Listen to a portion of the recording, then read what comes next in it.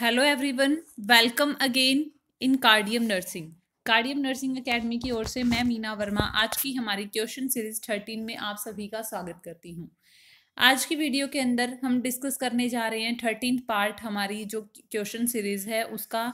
देखिए, मैं आपको पिछली 2 वीडियोस के अंदर बता चुकी हूँ कि जो क्वेश्चन जो रियल जैसे आपका क्वेश्चन पेपर आता है वैसी अगर आपको पीडीएफ चाहिए तो आप नीचे दिए गए नंबर से कांटेक्ट कर सकते हैं। वहाँ पे आपको जो पीडीएफ से रिलेटेड इंफॉर्मेशन है वो सारी जो इंफॉर्मेशन है वो मिल जाएगी। तो आप नीचे जो नंबर दिया गया है उसे कांटेक्ट कर सकते हैं। और जो बच्चे बार बार एडमिशन से रिलेटेड पूछ रहे हैं तो हाँ जी, एडमिशन ओपन हो चुके हैं, रजिस्ट्रेशन आप करवा सकते हैं। सामने एड्रेस भी दिया गया है, घोड़े वाला चौक, सिटी पॉइंट, बठिंडा, पंजाब। तो एकेडमी का जो एड्रेस है वो ये है। बाकी आप कॉन्टैक्ट नंबर से कॉन्टेक्ट करके भी अपना रजिस्ट्रेशन करवा सकते हैं। विद इन 10 डेज ही आपकी जो डेमो क्लासेस हैं वो भी स्टार्ट हो जाएंगी। तो चलिए आज की जो हमारी वीडियो है वो स्टार्ट करते हैं। देखिए, फर्स्ट क्वेश्चन क्या बोलता है, द मोस्ट कॉमन प्रॉब्लम। अभी देखिए आपका जो सीएचओ का एग्जाम है बिल्कुल पीक पे है, आपकी प्रिपरेशन बिल्कुल पीक पे होगी इस टाइम पे। तो मैं चाहती हूँ कि जैसे ही वीडियो के क्वेश्चन आप लोग देखें तो आप लोगों को सारे के सारे क्वेश्चन साथ के साथ याद हो जाएं, तो आप उस वे से याद करो। तो फर्स्ट क्वेश्चन क्या बोलता है, the most common problem associated with the tube feeding. Tube feeding के साथ कौन सी प्रॉब्लम, मोस्ट कॉमन प्रॉब्लम पूछा है इसने जो एसोसिएटेड होती है। डायरिया, इन्फेक्शन, हाइपरग्लाइसीमिया, नोजिया, कौन सी प्रॉब्लम एसोसिएटेड होती है। तो first option is right, diarrhoea. Complication tube feeding के साथ काफ़ी सारी होती हैं, लाइक डायरिया हो गया, नोजिया, वोमिटिंग, एस्पिरेशन न्यूमोनिया हो गया, एब्डोमिनल डिस्टेंशन हो गया। तो ये सब जो कंडीशंस हैं ये अराइज होती हैं। क्यों? क्योंकि फ्लूइड इलेक्ट्रोलाइट जो इम्बेलेंस होता है उसकी वजह से। मोस्ट फ्रिक्वेंटली डायरिया अक्कर होता है। क्यों? क्योंकि लैक्टुलोज इंटॉलरेंस की वजह से, लेस फाइबर डाइट की वजह से, फीडिंग की वजह से, और हम क्या देते हैं, वोम और रैपिड फीडिंग के रीजन से भी डायरिया हो सकता है। तो मोस्ट फ्रिक्वेंटली कौन सी कंडीशन अराइज होती है, diarrhoea. Next question is the purpose of deep palpation is to assess. क्यों करते हैं हम डीप पाल्पेट, किस चीज को असेस करने के लिए, ऑर्गन, स्किन, टेम्परेचर, हाइड्रेशन। देखिए, आप जब भी कोई क्वेश्चन करते हैं तो जो आपके ऑप्शन है वो क्रॉस मेथड से चेक करना सीखिए। देखिए कैसे, कि देखिए स्किन जो है उसको हम डीप पाल्पेट करने की जरूरत नहीं है। टेम्परेचर हम डीप पाल्पेट करके चेक नहीं कर सकते, ठीक है, ये तो बहुत कॉमन सी बात है। डिहाइड्रेशन भी अगर पेशेंट में है तो हम डल स्किन देख सकते हैं, वो भी इंस्पेक्शन से हम पता लगा सकते हैं। तो ऑर्गन्स को असेस करने के लिए हम क्या करते हैं, डीप पाल्पेशन करते हैं। Option A is right. Next question is the nurse can best prevent foot drop for the bed rest client by the use of. Nurse क्या कर सकती है, बेस्ट कैसे प्रिवेंट कर सकती है फुट ड्रॉप को for the bed rest patient by the use of, किस चीज का यूज करेगी, ट्रैक्शन, स्प्लिंट, क्रेडल, रेलिंग, किसका यूज करेगी, वो यूज करेगी स्प्लिंट का, ठीक है। तो देखिए जो फुट ड्रॉप होता है उसके अंदर क्या होता है कि जो प्लेंटर फ्लेक्शन हो जाता है फुट का। क्यों? क्योंकि पैरालिसिस हो जाती है हमारी जो पेरोनियल नर्व है उसकी, और उसकी वजह से जो सप्लाई, वो किसको, पेरोनियल नर्व किसको सप्लाई करती है, हमारी एंटीरियर टिबियल मसल को। और या वो किसकी वजह से हो सकता है कि काफी लॉन्ग टाइम तक हम क्या रहते हैं, रेस्ट में रहते हैं, तो उसकी वजह से भी। तो फुट ड्रॉप का मीनिंग पहले क्वेश्चन में क्या होता है, फुट ड्रॉप अगर आपसे पूछा जाए तो वो क्या होता है कि प्लेंटर फ्लेक्शन हो जाता है ऑफ द फुट। क्यों? क्योंकि इंजरी या पैरालिसिस हो जाए पेरोनियल नर्व का, और पेरोनियल नर्व किसको सप्लाई करती है, हमारी एंटीरियर टिबियल मसल को सप्लाई करती हैं। तो स्प्लिंट क्या होता है, प्रिवेंट करता है, किससे, फुट ड्रॉप से प्रिवेंट करता है, ठीक है। और इसकी जगह अगर यहाँ पे स्प्लिंट ना होता, स्प्लिंट की जगह यहाँ पे अगर फुटबोर्ड दिया होता तो हम फुट रेस्ट या फुटबोर्ड उसका भी यूज करते हैं पोजीशन देने के लिए फिट को। और कितने degree position, right angle with the legs. तो option B is right. Next question is in the lumbar puncture the needle is inserted between. Lumbar puncture जब भी हम करते हैं तो निडल कहाँ पे इंसर्ट करते हैं, L34, L12, L23, L45। तो यहाँ पे L कहाँ क्या डिनोट कर रहा है, लंबर, ठीक है। तो देखिए L34 जो मोस्ट कॉमन साइट है जहां पे हम लंबर पंचर करते हैं, ठीक है। और L45 किसके अंदर, चिल्ड्रंस के अंदर यूज करते हैं। L3-4 किसमें, अडल्ट के अंदर यूज करते हैं। वैसे जो मोस्ट कॉमन है हमारा वो L3 to L4 ही रहेगा, तो राइट आंसर यहाँ पे L3 और 4 रहेगा। The birth date of the Florence Nightingale is, हमारी जो मदर है नर्सिंग की, उनकी डेट ऑफ बर्थ पूछी गई है 14 जून 1880, 12 मई 1820, 12 मई 80, 12 जून 1820 एंड 12 मई 1880। ठीक है, कब होता है उनका बर्थडे, तो सबको याद होगा उनका बर्थडे होता है, B option is right, 12 May 1820।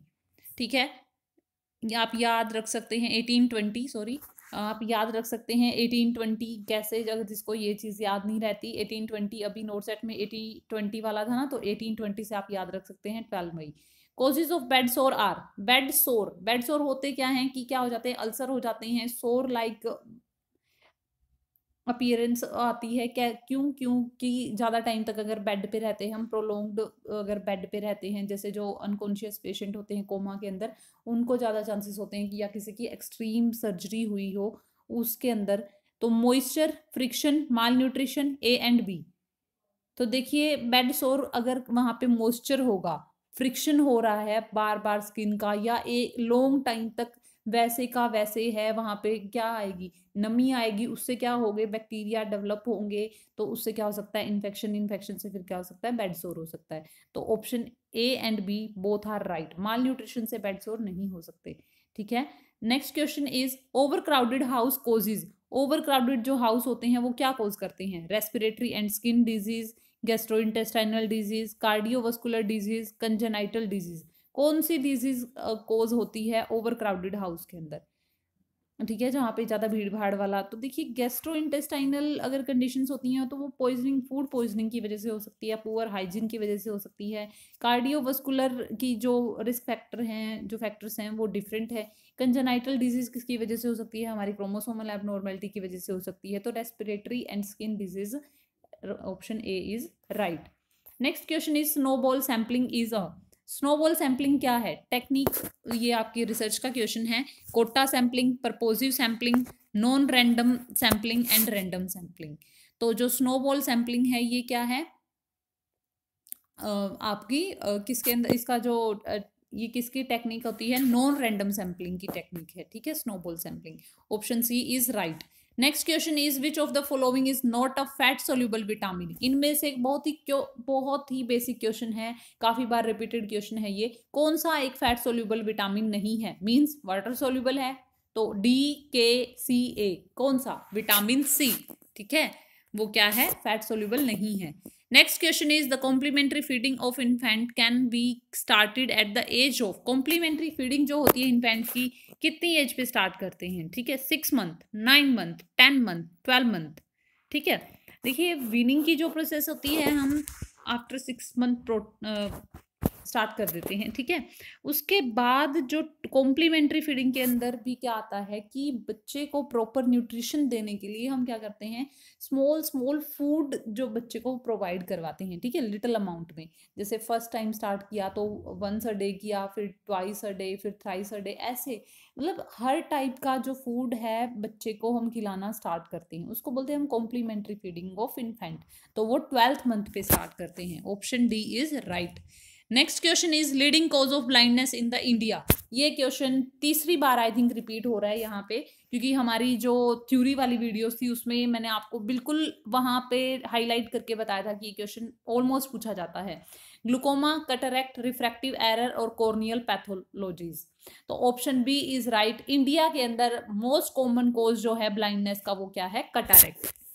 Next question is what is the responsibility of nurse in record keeping, record keeping के अंदर नर्स की क्या क्या रिस्पॉन्सिबिलिटी है, सेफ रखे, कस्टडी के अंदर रखे, हैंडल करवाए केयरफुली, डिस्ट्रॉय नहीं होने चाहिए, कोई इंडिविजुअल शीट को हम सेपरेट नहीं करना चाहिए, या ऑल ऑफ द अबोव। तो तीनों ही जो ऑप्शन है वो राइट हैं, तो option D is right, all of the above.